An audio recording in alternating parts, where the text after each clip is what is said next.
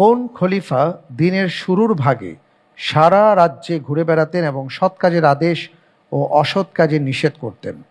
এ ওমর ইবনে Abdul Aziz, B Abu Zafar আল Mansur, C Harunur Rashid, D Mohammad আল Fatih.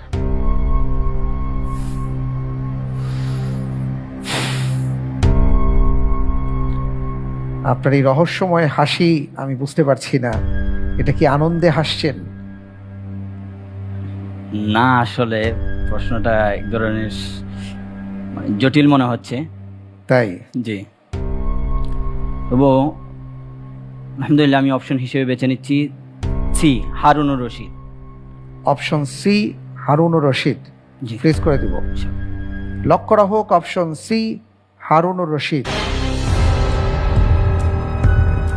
আপনি কি ভেবে চিনতে জেনে বুঝে উত্তর দিয়েছেন? আসলে কখন পড়ছিলাম মনে নেই, হজরত হারুনুর রশিদ রহিমাহুল্লাহ তাআলা উনি দিনের শুরুর ভাগে ঘুরতে বের হতেন এবং দেখতেন, বাহলুলের সাথে বিভিন্ন আলোচনা করতেন। তো এখান থেকেই দেওয়া, আর বাকিদের বিষয়ে এরকম কিছু আমার চোখে আসে নাই।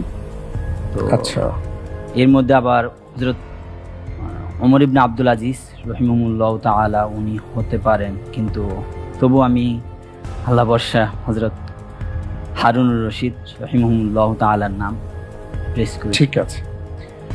আপনি যে উত্তরটি দিয়েছেন আপনার উত্তরটি সঠিক হয়নি। সঠিক উত্তর হচ্ছে অপশন বি আবু জাফর আল মনসুর। আবু জাফর আবদুল্লাহ ইবনে মোহাম্মদ আল মনসুর দ্বিতীয় আব্বাসীয় খলিফা।